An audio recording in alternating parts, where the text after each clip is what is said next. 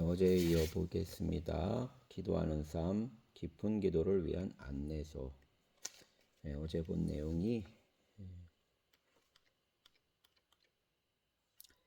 기도 관계이다. 두 번째, 기도 어떻게 하나요?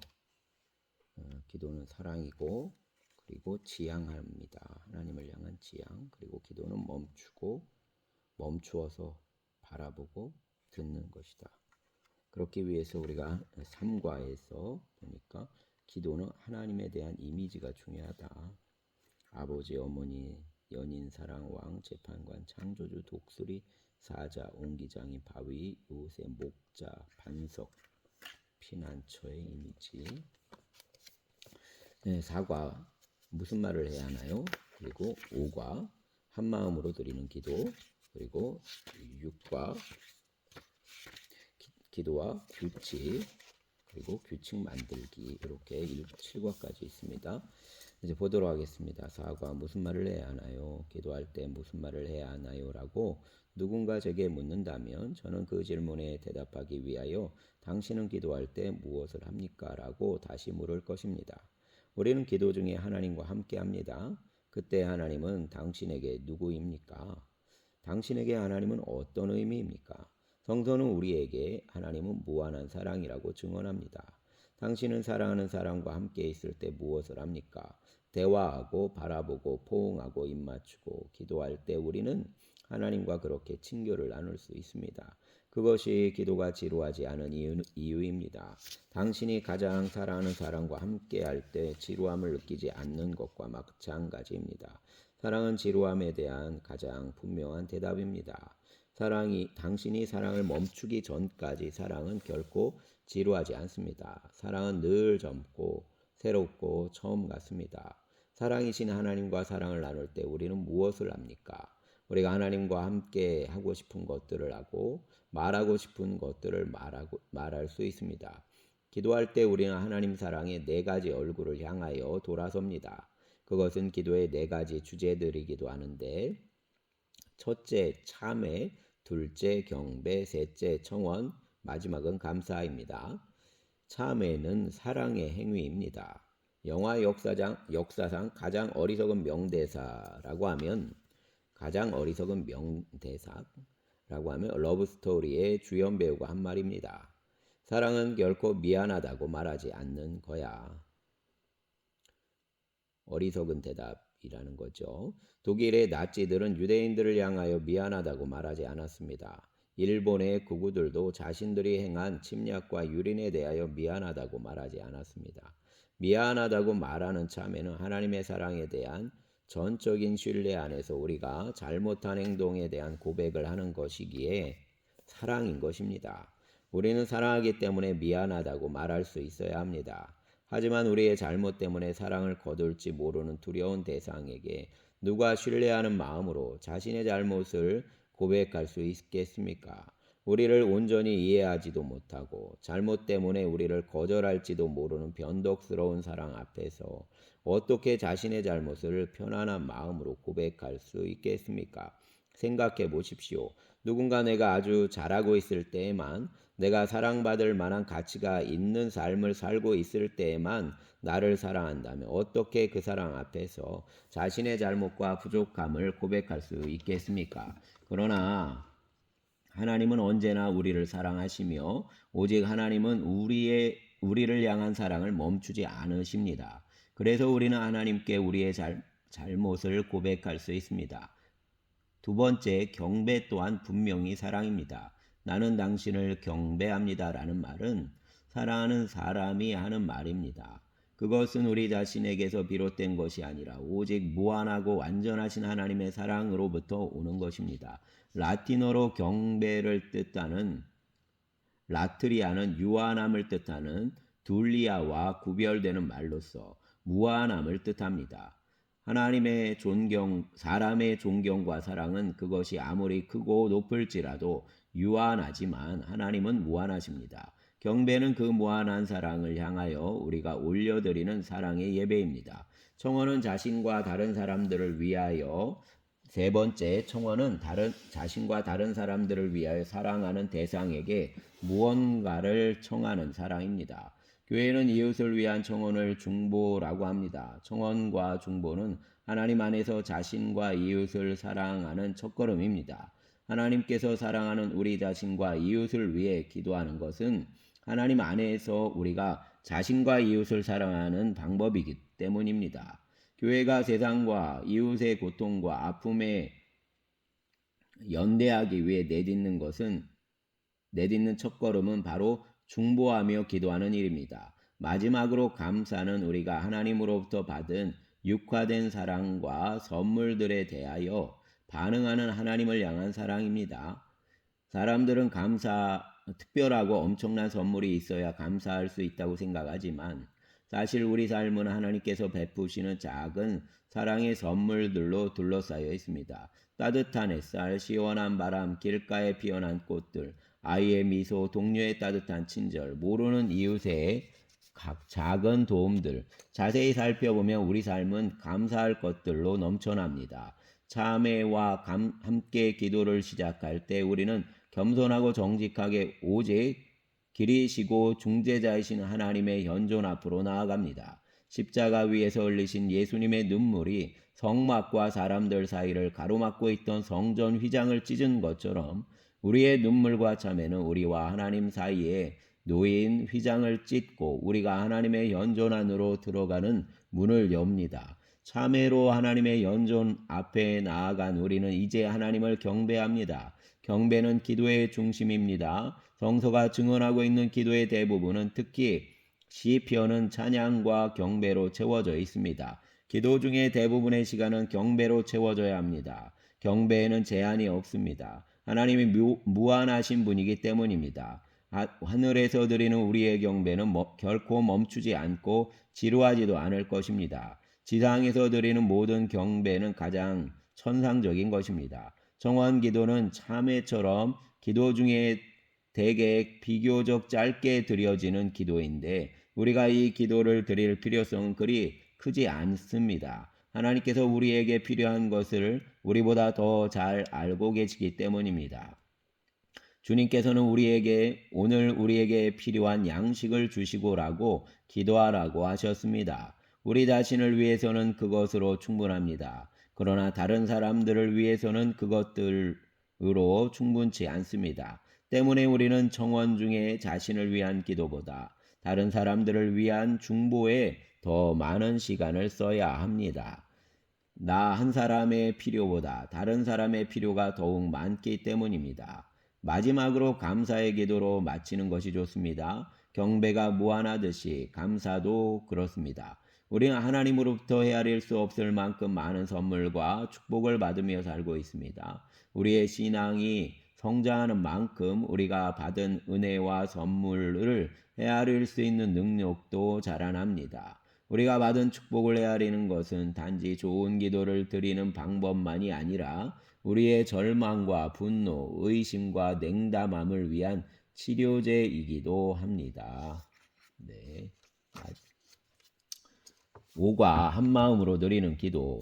기도 생활에서 의지를 길들이는 문제는 우리가 기도를 통하여 그리스도를 닮아가는 여정에서 핵심적인 문제이고 거룩함에 이르는 과정의 중심이고 참자에 이르는 열쇠입니다. 이것이야말로 기도의 궁극적 목적입니다. 기도는 그 자체를 위해 존재하는 것이 아니라 우리가 그리스도를 닮아가고 참자와 거룩한 사람으로 변형되는 것을 돕기 위한 것이기 때문입니다. 그런데 기도를 통하여 거룩함에 이르는 길은 힘들고도 단순합니다. 역설적이게도 그 길이 힘든 이유와 단순한 이유는 같습니다. 그것이 힘든 이유는 매우 단순하기 때문입니다.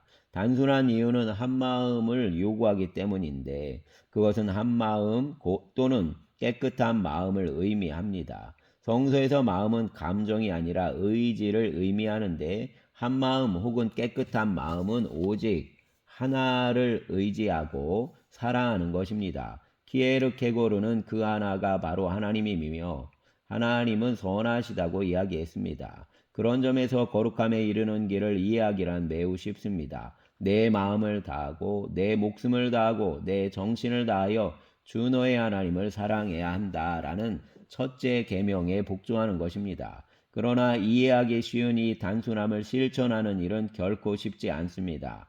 그 길이 우리의 단순한 마음, 달리 말하면 우리의 전심을 요구하기 때문입니다. 우리에게 주어진 모든 선함의 근원이신 하나님께서는 우리의 온전한 사랑을 받을 만한 분이라는 것을 머리로 이해하기란 쉽지만 우리가 전심으로 하나님을 사랑하는 일은 결코 쉽지 않습니다. 단순함으로의 여정은 어떤 점에서 다이어트를 하는 여정과 같습니다. 우리는 많은 경우 영적으로 고도 비만인 상태에 있습니다.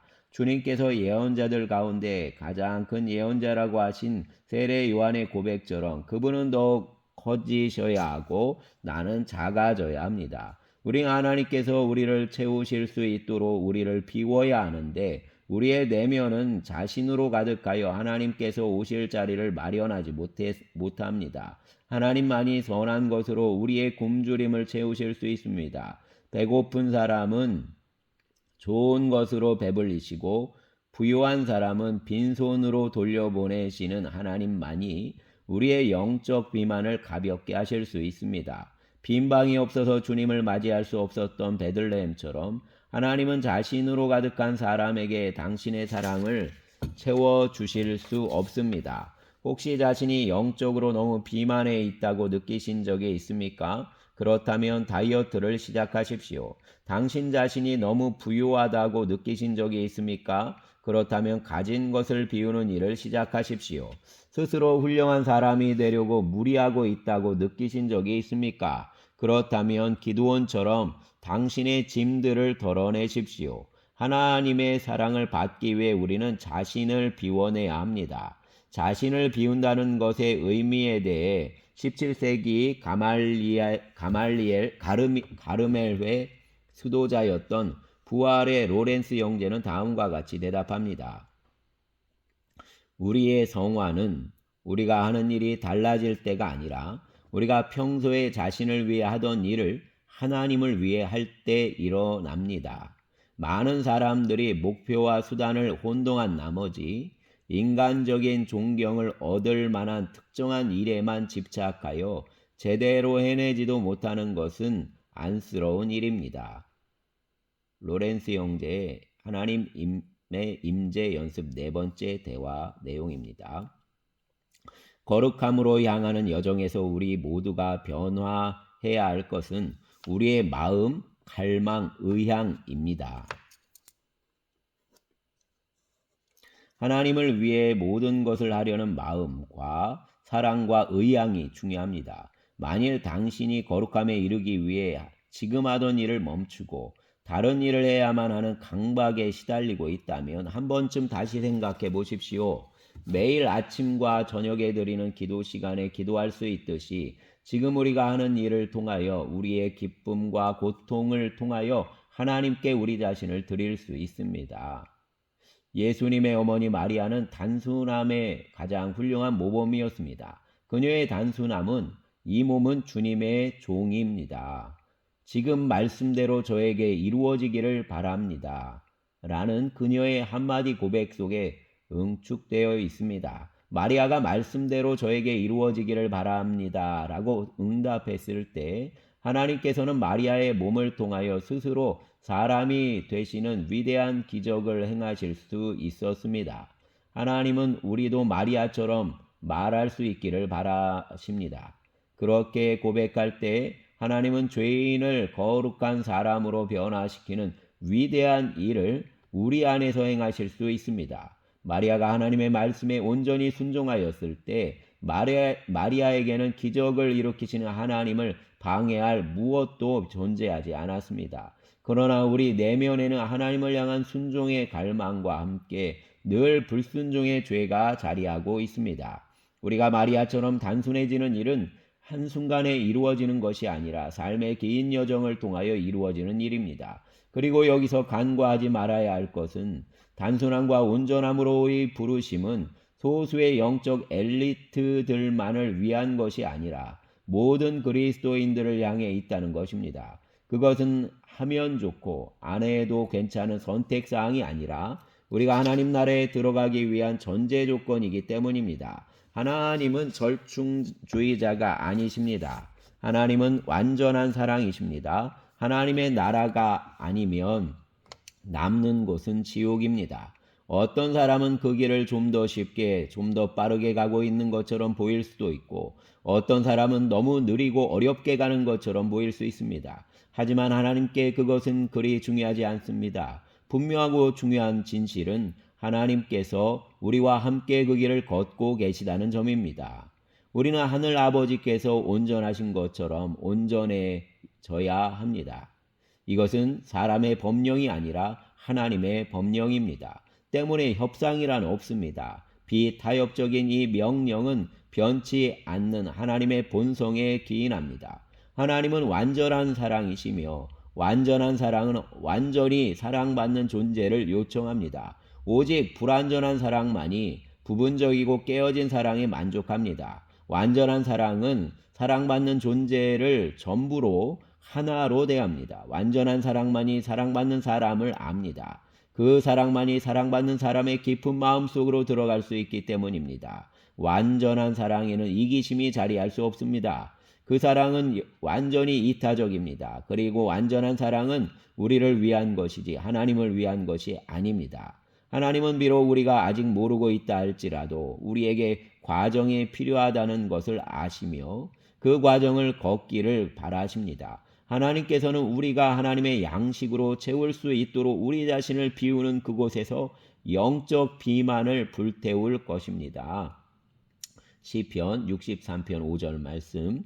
기름지고 맛있는 것 배불리 먹은 듯 내 입술 기쁘고 내 입이 흥겨워 당신을 찬양합니다. 시편 65편 11절. 이렇듯이 복을 내려 한 해를 장식하시니 주님의 술에 지나는 데마다 기름이 철철 흐릅니다. 아멘.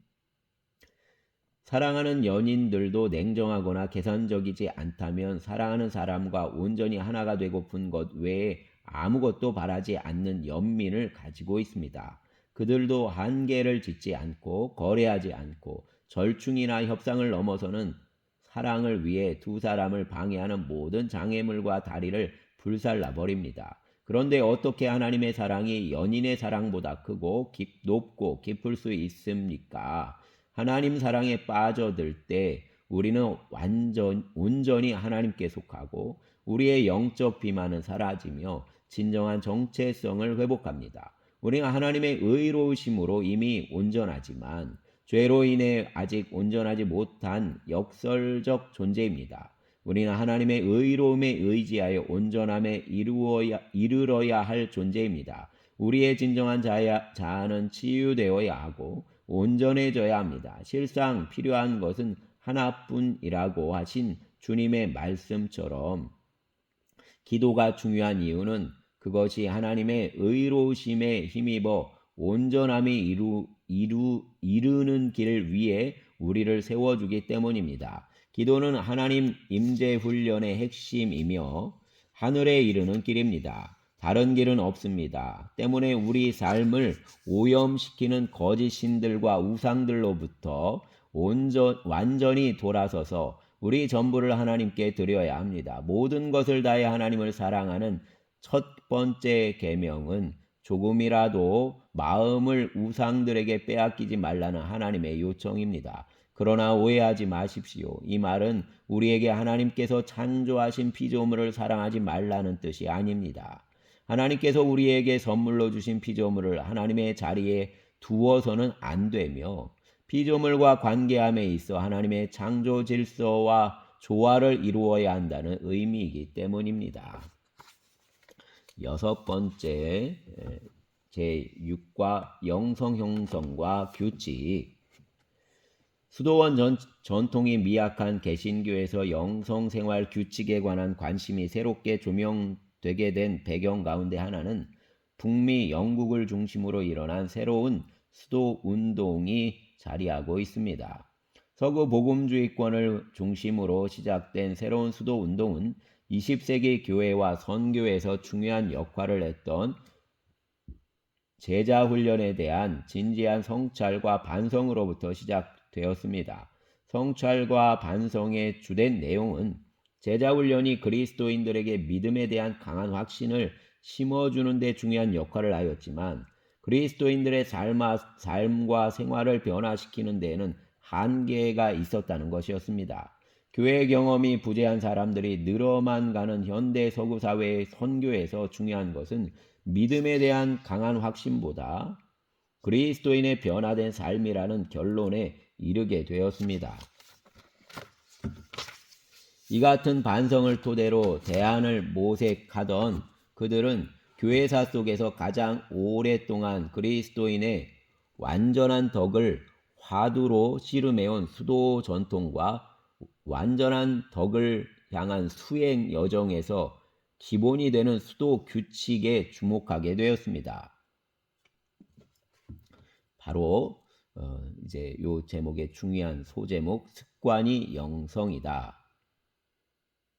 제임스 스미스라는 자신의 책 습관이 영성이다에서 그동안 제자 훈련이 지녔던 지성주의적인 한계를 지적하고 제자가 되는 과정에서 반복적인 수행과 습관의 힘이 지니는 중요성에 대해 역설하고 있습니다. 저자는 제자도에 대한 기본 접근 방식은 사고와 의식적 습고의 영향력을 무비판적으로 과대평가하여 반복되는 수행에 의해 형성되는 습관의 힘 그리고 잠재, 무의식 차원을 간과하였음을 지적하고 있습니다. 이 같은 주장은 오직 믿음, 오직 은혜, 오직 성서라는 마틴 루터의 종교개혁 구호에 익숙한 한국 개신교 그리스도인들에게 매우 낯설고 불편하게 들릴 수 있습니다. 그리스도교 전통에서 한 사람의 영혼이 하나님의 사랑 안에서 깊어지고 성장하는 영성 형성의 과정은 성령께서 주도하시고 인간이 순종적 의지로 응답하고 하나님과 함께 춤추는 춤에 비유되곤 합니다. 살렘 영성 훈련원의 스텝들은 한 사람이 그리스도인으로 빚어지는 영성 형성의 과정은 전적으로 하나님의 일이며 그 과정에서 올바른 역할은 첫째, 하나님의 사랑, 진리, 아름다움과 선함을 갈망하는 것이고 둘째, 가능한 한 성령님의 역사와 초대에 반응하며 하나님과 함께 삶을 창조하려고 의도하는 것이라고 믿고 이를 마음에 아로새기기 위해 애씁니다. 저는 제임스 스미스가 제자와의 여정에서 습관의 힘이 지니는 중요성을 강조하는 것이 영성 형성 과정에서 하나님의 주도성과 성령의 역할을 축소시키려는 의도라고 생각하지 않습니다. 주장의 핵심은 제자가 되는 과정이 아는 것과 믿는 것 그 이상이라는 점과 의도된 반복적 수행을 통해 형성된 습관은 영성 형성 과정에서 성령의 초대와 인도하심에 더욱 열린 태도로 응답할 수 있도록 돕는다는 점을 강조하는 것이라고 생각합니다. 우리가 성령을 향해 더 자주, 더 많이 열려 있는 만큼 우리를 빚어가시는 성령께서 일하실 수 있는 공간은 더 확장됩니다. 그는 덕의 형성이란 음악 이론을 배우는 것보다 손가락으로 음계를 익히는 반복적인 연습을 통해 피아노 연주하는 것에 더 가깝다고 말합니다. 단순한 정보 습득의 과정이 아니라 무언가를 자신의 존재 자체에 새겨 넣는 일과 비슷한 과정이기 때문입니다. 그는 이 같은 덕의 형성을 설명하기 위해 현대 심리학자들이 말하는 적응 무의식에 대하여 말합니다. 버지니아 대학의 심리학자 티모시 윌슨은 우리가 하는 일의 약 5%만이 의식과 의도적 선택의 결과이고 나머지 95%는 그동안의 반복을 통하여 습득되었지만 이제는 온갖 무의식 방식으로 의식의 수면 아래에서 관리되고 있다고 말합니다. 운전을 배우는 사람은 처음 운전을 배우는 동안에는 온갖 것들에 주의를 기울이면서 운전해야 하지만 이후에는 반복적인 운전으로 습득된 습관을 통해 의식의 수면 아래에 위임된 기능에 의해 의지하며 다른 생각을 하면서도 자연스럽게 운전하고 있는 자신을 발견하게 되는 것과 같습니다. 이처럼 하나님을 향한 갈망과 의도를 지니고 반복적인 실천을 통해 습관화된 수행은 시간이 흐르면 어느덧 우리 의식 수면 아래에서 우리 삶과 행동에 커다란 영향을 미치고 우리가 의식하지 못하는 사이에 자연스럽게 그리스도를 따르는 덕을 몸에 새겨 넣게 된다는 것입니다. 그것이 사실이라면 대부분의 시간을 세속적 가치와 문화가 지배하는 세상에서 살아가야 하는 우리들은 의식하지 못하는 사이에 세속적 가치와 문화에 기반된 선택과 행동을 반복하고 만몬과 시장의 습관이 우리의 무의식에 새겨놓은 것들에서 자유로울 수가 없습니다. 일상의 습관들이 만든 영향 때문에 그리스도인들은 자신의 믿음이나 생각과 괴리된 삶을 살게 될 가능성이 매우 높습니다. 바로 이 점이 하나님을 향한 갈망과 의도를 지닌 반복적 수행이 그리스도인들에게 필요한 이유입니다. 그리스도를 닮고 따르는 삶을 살기 위해 우리에게 아는 것과 믿는 것 그 이상이 필요합니다. 스미스는 그것을 습관의 힘이라고 부릅니다. 그리스도교는 이미 오랜 세월 동안 수도 전통을 통하여 이를 실천해 왔고 그 기초에는 수도 규칙이라는 지혜가 자리하고 있습니다. 이제 또 다른 작은 소제목, 규칙이란 무엇인가? 그리스어로 규칙을 뜻하는 캐논은 무엇을 이루거나 도달하기 위한 행동, 판단의 기준, 박자가 맞는 등의 의미를 지니고 있습니다. 라틴어로 규칙을 뜻하는 레귤러는 규칙, 유형, 모범 등의 의미를 갖고 있습니다. 종교개혁의 영향을 받은 그리스도인들은 규칙이라는 말을 생각할 때 자주 율법주의와 형식주의를 연상하게 되고 규칙은 실제로 우리를 그런 위험에 빠지도록 만들기도 합니다. 때로는 정해진 규칙을 제대로 지키지 못하는 실패와 좌절은 삶의 전 영역이 아니라 단지 실패한 부분에 시선을 고정하게 하는 편협한 오류에 빠지도록 하기도 합니다. 그러나 생각해보면 대다수 사람들은 자신이 규칙에 대해 어떤 이해를 갖고 있는지와 관계없이 저마다의 규칙을 가지고 살아갑니다. 어떤 사람은 아주 촘촘하고 질서정연하게, 어떤 사람은 느슨하고 여유있게, 어떤 사람은 자유롭게 저마다의 규칙을 가지고 살아갑니다. 그런 점에서 규칙이란 그것이 없이는 삶이 혼란스럽고 방향을 상실하게 되는 라틴어 레귤러의 한 의미인 패턴으로 이해하는 것이 좋을 것입니다. 패턴은 모든 살아있는 생명체가 공유하는 것이고 그것을 의식하지 못할지라도 사람은 저마다 어떤 패턴의 삶을 살아가고 있습니다. 규칙을 그렇게 이해할 경우 규칙은 우리 삶에서 작곡의 기초가 되는 음악의 정선율과 같은 역할을 하게 됩니다. 때문에 규칙은 인간이 되기 위한 기본적 요소이고 우리는 그것이 필요합니다. 영적 전통에서 규칙은 예수님의 삶의 방식을 사랑하고 그것을 전심으로 받아들이기 위한 개인의 수련과 자유로운 성령과 은총에 이끌리는 삶을 위한 것이지 법이나 징계를 위한 것이 아닙니다. 우리는 은총 속에 살고 있지만 자신의 나약함을 받아들이고 규칙 안에서 나약함을 보완할 수 있습니다.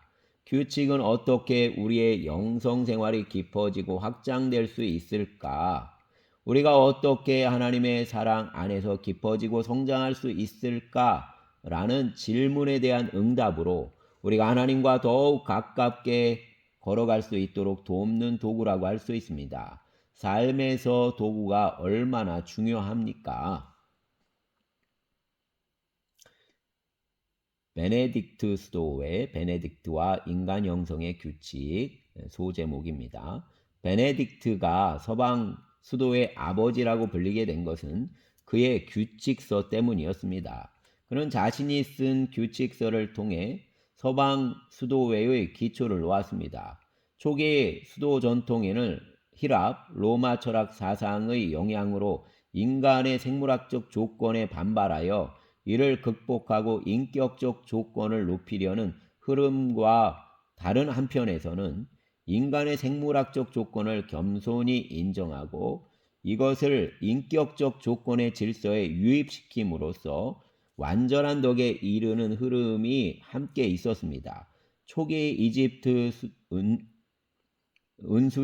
수도자들은 첫 번째 흐름에 상당 부분 경도되어 있었던 반면 베네딕트의 규칙은 인간의 생물학적 조건과 인격의 조건이 올바르게 조화를 이루며 이를 기초로 완전한 덕에 이르려 하려는 지향을 갖고 있었습니다. 이 같은 베네딕트 규칙서의 탁월함으로 많은 서방 수도회가 베네딕트 수도회의 길을 따르게 되었고 베네딕트는 자신의 규칙서를 통해 서방 수도 전통의 기초를 놓았습니다. 그는 무엇보다 규칙서에서 수도승의 하루를 노동, 독서, 기도로 짜 놓았습니다. 이는 무엇보다 사람이 몸, 마음, 영혼을 가진 존재라는 인간에 대한 전인적 이해에 기초하고 있습니다. 수도승은 정해진 시간 동안 노동을 하고 이후에는 성독을